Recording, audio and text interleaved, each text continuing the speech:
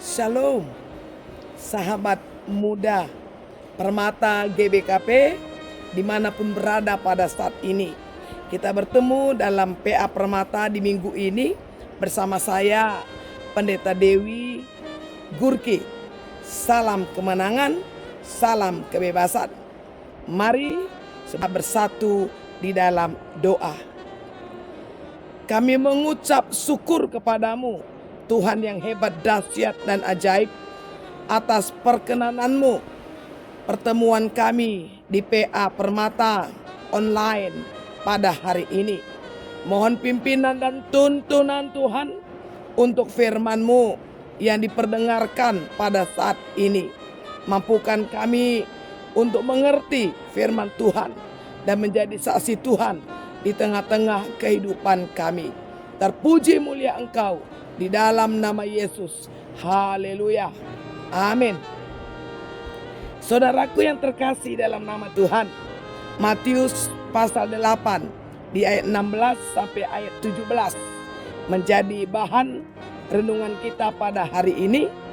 Menjelang malam, dibawalah kepada Yesus banyak orang yang kerasukan setan, dan dengan sepatah kata Yesus mengusir roh-roh itu dan menyembuhkan orang-orang yang menderita sakit. Hal itu terjadi supaya genaplah firman yang disampaikan oleh Nabi Yesaya. Dialah yang memikul kelemahan kita dan menanggung penyakit kita. Yang percaya katakan amin. Haleluya. Saudaraku, sahabat muda Permata GBKP, kehadiran Yesus di dunia ini mulai dari Bethlehem, kota yang kecil itu, palungan dan penyambutan yang teramat sederhana, padahal dia adalah raja di atas segala raja. Dan juga Yesus dari latar belakang keluarga yang sederhana juga, Yusuf dan Maria, keluarga tukang kayu. Saudaraku, Yesus hadir untuk membawa kelepasan, membawa kebebasan, untuk menyatakan kuasa kerajaan Allah yang tak terkalahkan itu. Dalam perjalanan pelayanan Yesus, misi surga, ada begitu banyak perkara-perkara ajaib yang penuh dengan kuasa, yang ini tidak pernah dilakukan oleh siapapun, oleh guru-guru agama, oleh ahli-ahli Taurat pada waktu itu. Yesus begitu asik bisa duduk bersama-sama dengan Sakeus di Jericho, di rumah Sakeus.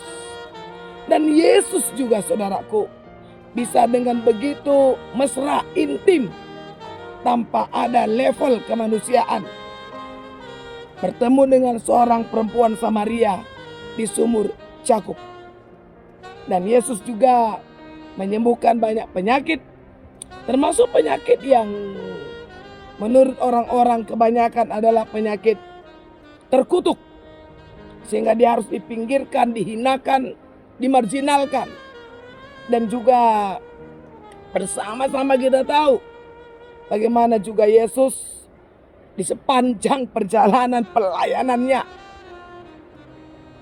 ditujukan kepadanya ujaran-ujaran kebencian dan juga berita-berita hoaks tentang apa yang Yesus lakukan.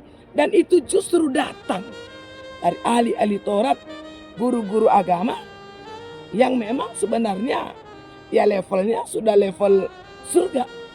Tapi rupanya kehadiran Yesus itu membuat mereka ya sedikit terganggu ya saudaraku. Dan yang luar biasa adalah tema yang kita usung pada saat ini, bagaimana Yesus mengusir setan. Maka tema kita berdoa supaya kuat untuk menolak kuasa setan. Apa yang Yesus lakukan mulai dari nubuatan sebelum dia lahir sampai kemudian mati di kayu salib, itu adalah penggenapan daripada firman Tuhan yang tertulis di Yesaya 53 ayat 4. Tetapi sesungguhnya Penyakit kita lah yang ditanggungnya dan kesengsaraan kita yang dipikulnya. Padahal kita mengira dia kena tulah, dipukul dan ditindas Allah. Saudara yang terkasih, semuanya adalah penggenapan firman. Digenapi dalam diri Yesus. Karena dia setia di dalam panggilannya sebagai Mesias.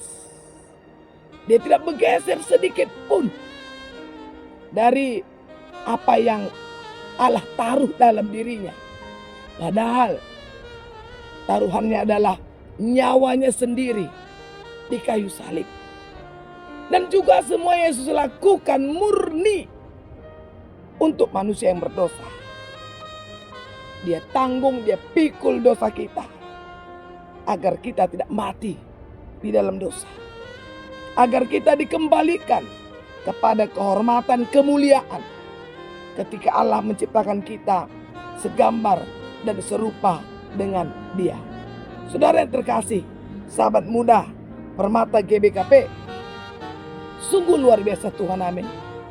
Dia hebat, amin. Dia itu dahsyat, dia itu ajaib.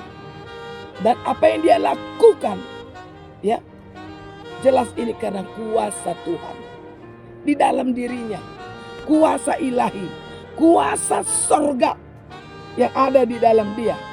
Ini tertulis juga di Markus 1 ayat 27. Orang-orang yang menyaksikan yang Yesus lakukan takjub dan mulai memperbincangkan dia. Dan mereka satu dengan yang lain berkata, apa ini? Suatu ajaran barukah? Ia berkata dengan kuasa. Berkata dengan kuasa. Berbuat dengan kuasa. Jadi Yesus, saudaraku, adalah Allah yang punya kuasa yang tidak terkalahkan. Itu sudah terbukti, sudah teruji di sepanjang pelayanannya. Bacaan kita malam hari ini jelas menunjukkan bagaimana Yesus yang sudah sepanjang hari melakukan misinya. Ada penyampaian firman, ada kesembuhan penyakit dari pagi sampai sore. Itu yang kita baca di Matius pasal 8 itu. Dan menjelang sore, menjelang malam, maka dibawa kepada Yesus orang-orang yang kerasukan setan. Dan ini kan jarang terjadi ya pada zamannya Yesus.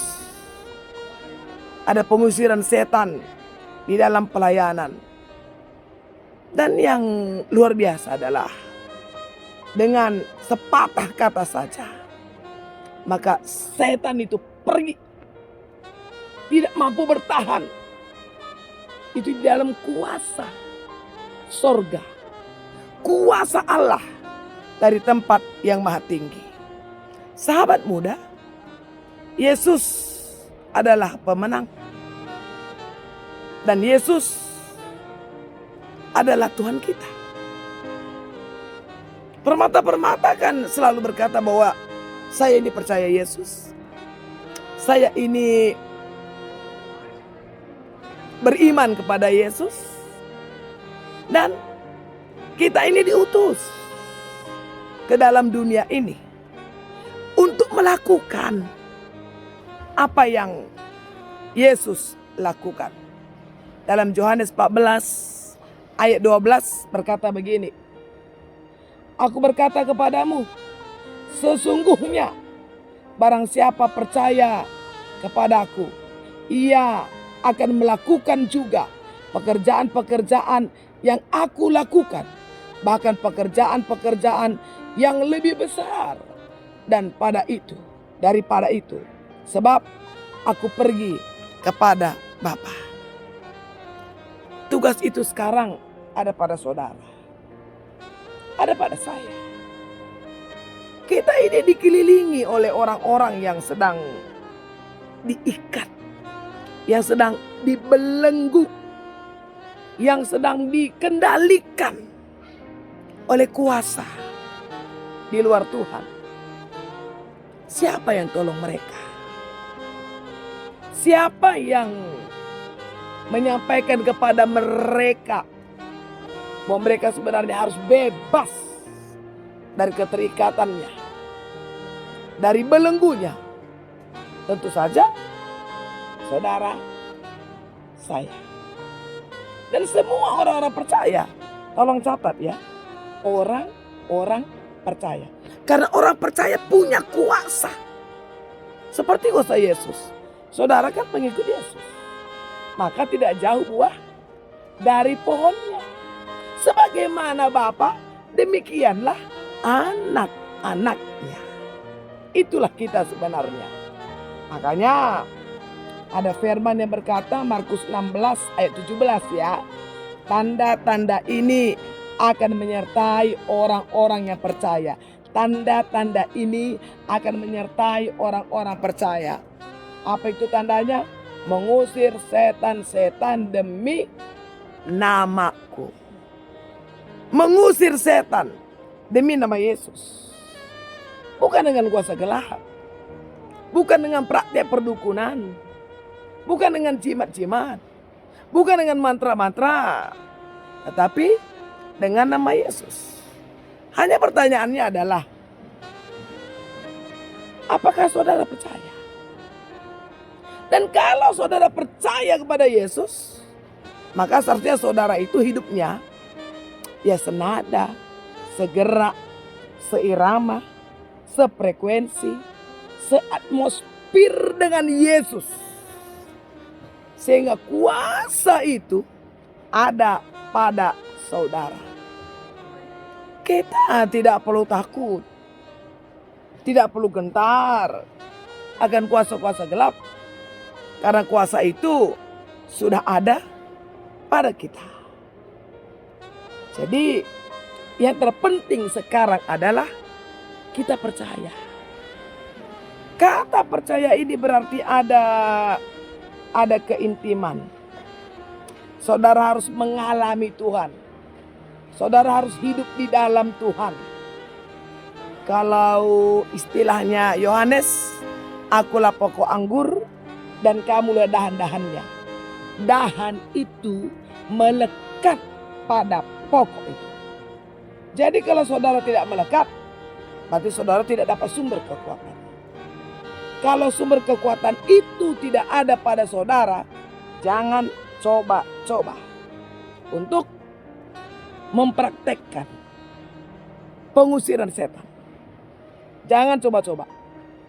Karena itu nanti hanya akan mempermalukan kita. Mempermalukan Tuhan. Bukannya nanti jiwa-jiwa yang terjangkau, tapi jiwa-jiwa itu semakin menjauh. Dan jiwa-jiwa itu akhirnya sesat. Tugas saudara dan saya harus bergerak, berperang untuk melawan. Lawanlah. Kita jangan ditakut-takuti. Lawan. Selamatkan semua orang. Sebagaimana Yesus sudah melakukan itu. Saudara yang terkasih. Kita kadang-kadang mengecilkan diri kita. Kita kadang-kadang merendahkan keberadaan kita. Sehingga ada begitu banyak orang Kristen atau sahabat muda permata-permata mengambil sikap diam. Tidak melakukan apa-apa. Puas dengan dirinya. Dia puas dengan imannya sendiri. Dia pendoa. Mungkin dia juga puasa. Aktivis. Tetapi tidak melakukan apa-apa. Jadi saudaraku, sahabat muda, ketahuilah bahwa dunia kita sekarang ini sedang menuju kepada kebinasaan. Kita boleh melihat kiri kanan, muka belakang, timur barat, utara selatan. Semua semakin rusak, semua semakin hancur. Manusia hilang kendali. Manusia kehilangan kehormatannya hanya karena keinginan-keinginan yang tidak prinsipil dalam hidup. Dan bukan hanya dia yang hancur, tetapi juga orang lain. Seperti wabah, penyakit yang menulari banyak orang. Di PA ini kita diingatkan, waktu kita semakin singkat, sahabat muda. Waktu kita semakin singkat. Jangan lengah. Waspada. Berjaga-jaga. Mulai himpun kekuatan. Hidup dalam kuasa ilahi. Hidup dalam realita Tuhan. Apa yang Tuhan suka, harusnya sahabat muda juga suka. Dan apa yang Tuhan tidak suka, juga seharusnya sahabat muda tidak suka. Mari perkuat keintiman dengan Tuhan.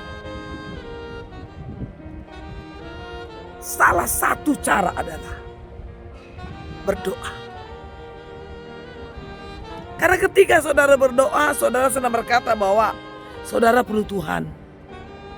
Ketika saudara berdoa, saudara sedang berkata, aku ini bukan apa-apa jika di luar Tuhan. Di dalam doa ada penyerahan.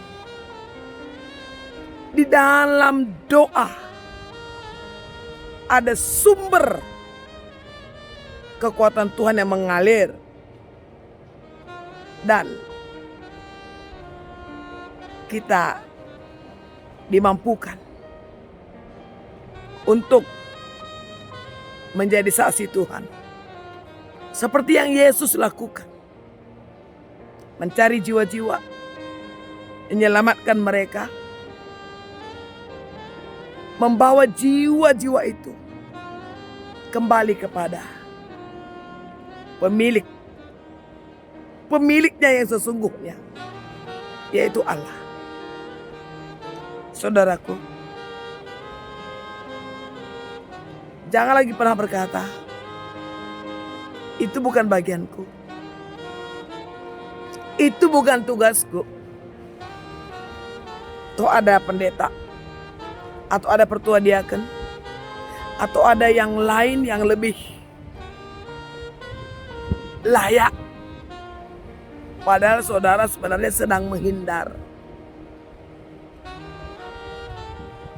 Saat ini, mari bergerak bersama. Perkuat hubungan dengan Tuhan. Perdalam cintamu dengan Tuhan. Jangan lagi abai persekutuan.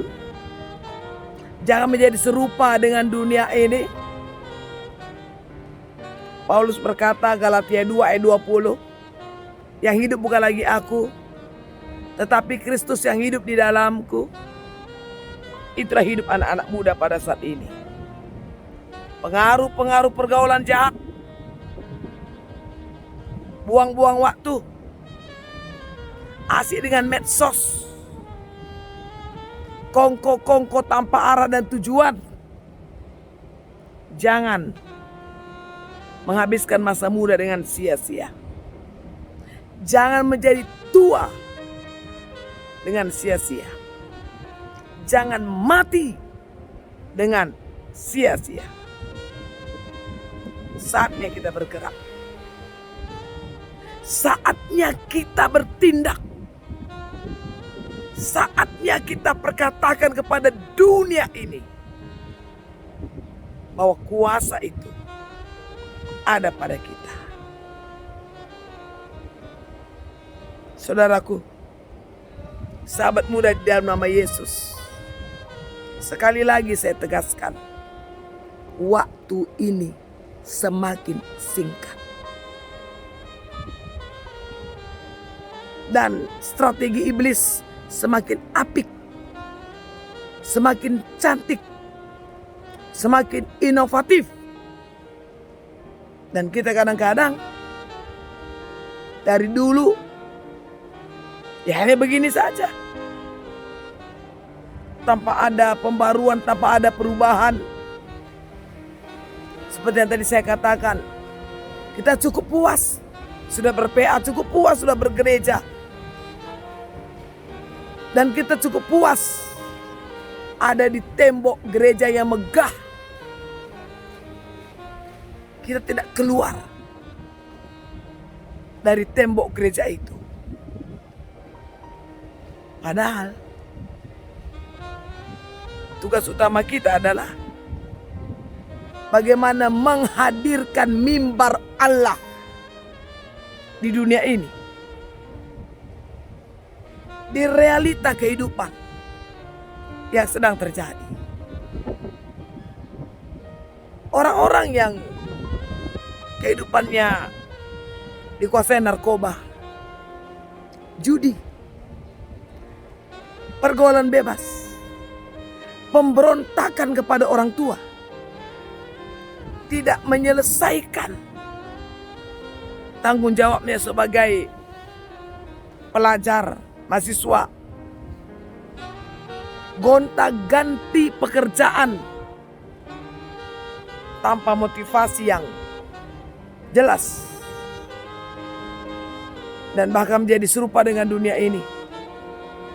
Sementara Paulus sudah berkata, jangan menjadi serupa dengan dunia ini.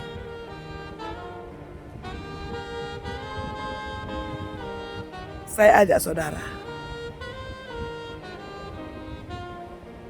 untuk menyukakan hati Tuhan, menyelamatkan jiwa-jiwa itu, menolak permainan si iblis. Mulailah memberi hidupmu sepenuhnya menghamba kepada Dia. Rela untuk hidup di dalam suka-sukanya Tuhan. Jangan lagi kita berbangga-bangga ria dengan apa yang dunia tawarkan. Kita kan tahu bahwa dunia ini pasti berlalu, dengan segala isinya pasti berlalu. Tapi firman Tuhan kekal dan abadi. Saudaraku, mari dengan kuat kuasa Tuhan kita mulai melakukan tindakan-tindakan yang nyata, menolak segala bentuk-bentuk kuasa kegelapan. Oleh sebab itu, pertajam kepekaan saudara dengan doa, dengan keintiman bersama Tuhan. Dan percayalah, jika saudara tetap berjalan di jalannya Tuhan, tidak ada kuasa apapun yang mampu merasuki saudara. Saya percaya sahabat muda Permata GBKP dipersiapkan oleh Tuhan untuk menjadi kawan sekerjanya, menjadi mitra Allah, menghadirkan terang Allah, menghadirkan jalan yang lurus, menghadirkan kemuliaan demi kemuliaan yang datang dari Allah. Selamat berjuang, sahabatku. Selamat meraih kemenangan, sahabatku. Dan percayalah, Allah ada di pihak kita. Kita berdoa. Dipuji dimuliakan Engkau Allah kami atas firman-Mu yang telah menyapa kami. Dan kami siap sedia menjadi pelaku firman untuk menolak kuasa gelap di dalam hidup kami, dan mulai bergerak menyelamatkan jiwa-jiwa yang terikat oleh kuasa gelap. Di dalam nama Yesus kami berdoa dan berserah sepenuhnya. Haleluya. Amin. Terpuji Tuhan Yesus. Salam kemenangan. Salam.